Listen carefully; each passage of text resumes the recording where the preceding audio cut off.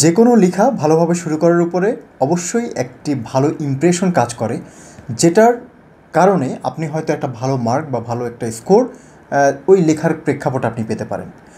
So IELTS জিটির ক্ষেত্রেও কিন্তু ব্যাপারটা অনেকটা এরকমই। আপনি যদি একটা জিটি রাইটিং খুব ভালোভাবে সুন্দরভাবে যদি শুরু করতে পারেন, তাহলে কিন্তু সেই রাইটিংটার কারণেও কিন্তু আপনার যিনি পড়বেন, যিনি রিডার বা যিনি এক্সামিনার, তার সেই রাইটিংটা পড়ার সময় কিন্তু তার একটা ভালো একটা ইমপ্রেশন তার ভিতরে তৈরি হবে।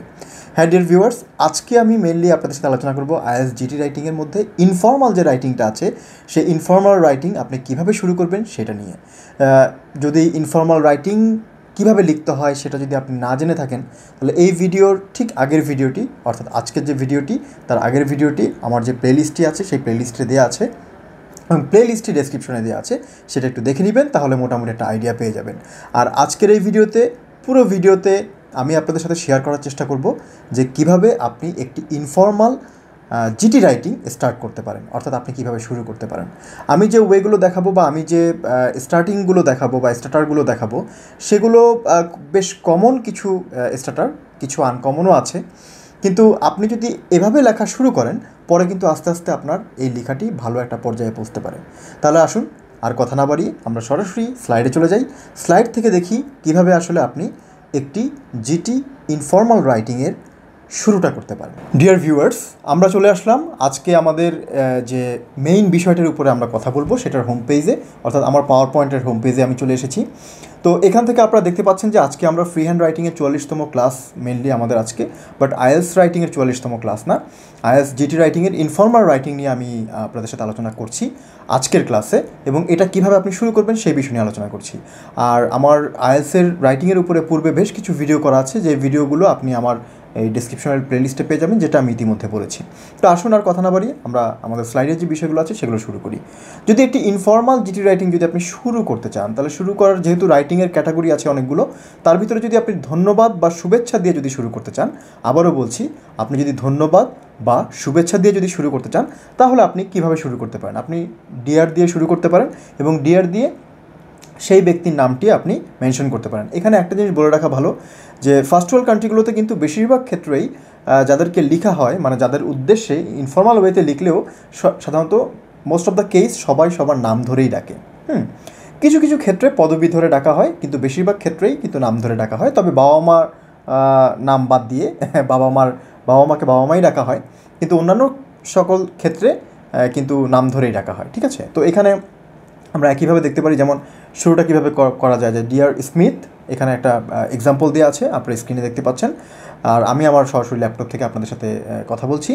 তো dear Smith, hi, how are you? Dear Smith, hi, how are you? এই যে হাই, এই হাইটা কিন্তু হচ্ছে একটা ইনফর্মাল স্টার্টার বা ইনফর্মাল ওয়েতে আপনি কীভাবে শুরু করতে পারেন সেই বিষয়টা। দেন হচ্ছে dear Jack, hello, I hope things are fine with you. Dear Jack, hello, I hope things are fine with you. এটা হচ্ছে আমরা শুভেচ্ছা দিয়ে বা ধন্যবাদ দিয়ে যদি শুরু করি। নেক্সট হচ্ছে যে যদি আমরা ধন্যবাদ জানিয়ে যদি শুরু করি, অর্থাৎ তাকে আমি ধন্যবাদ জানালাম, সেক্ষেত্রে যদি আমি শুরু করি, সেটা আমি কীভাবে করব? সেটা আমি করতে পারি, dear Julie, thanks for the invitation. Dear Julie, thanks for the invitation. Next, dear Donald, thanks for your letter, it was nice to hear from you. It was nice to hear from you. তাহলে এই দুইভাবে আপনি চাইলে শুরু করতে পারেন।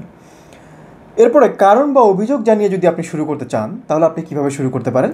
যেমন dear sir or madam, আপনি বললেন ডিয়ার স্যার অর ম্যাডাম, অথবা তার নাম ধরেও আপনি বলতে পারেন, I must tell you the new movie I saw last week. I must tell you the new movie I saw last week. Listen, exclamation mark. সাধারণত ইনফর্মাল রাইটিংয়ে কিন্তু আমরা এক্সক্লামেশন মার্ক ব্যবহার করতে পারি। You have no idea what happened to me yesterday. You have no idea what happened to me yesterday. তারপর আমরা বলতে পারি, I'm very sorry, I forget to send you a birthday card. I'm very sorry, I forget to send you a birthday card. তাহলে এখানে I am, এটা কিন্তু short হয়ে am হয়ে গেছে। এই ধরনের ইনফর্মাল কিছু কিছু কন্ট্রাকশন, কিছু সেন্টেন্স প্যাটার্ন যদি আমরা ব্যবহার করি, সেক্ষেত্রে আমরা বুঝিয়ে দিব যে আসলে এই রাইটিংটা একটা ইনফর্মাল রাইটিং। তো যাই হোক, আমার আজকের এই স্লাইড অনলি 3টা স্লাইডের উপরে করা। এই 3টা স্লাইড দিয়েই যদি আপনারা প্র্যাকটিস শুরু করেন, আশা করি যে আপনাদের ইনফর্মাল জিটি রাইটিং শুরু করতে খুব বেশি কষ্ট হবে না। তো যাই হোক, আমার আজকের এই ভিডিওটি যদি ভালো লাগে থাকে, ছোটো একটি ভিডিও, অবশ্যই বন্ধুদের সাথে শেয়ার করে দিবেন। আর আমার চ্যানেল নতুন হয়ে থাকলে চ্যানেলটি সাবস্ক্রাইব করে দিবেন। আজকে এই পর্যন্তই।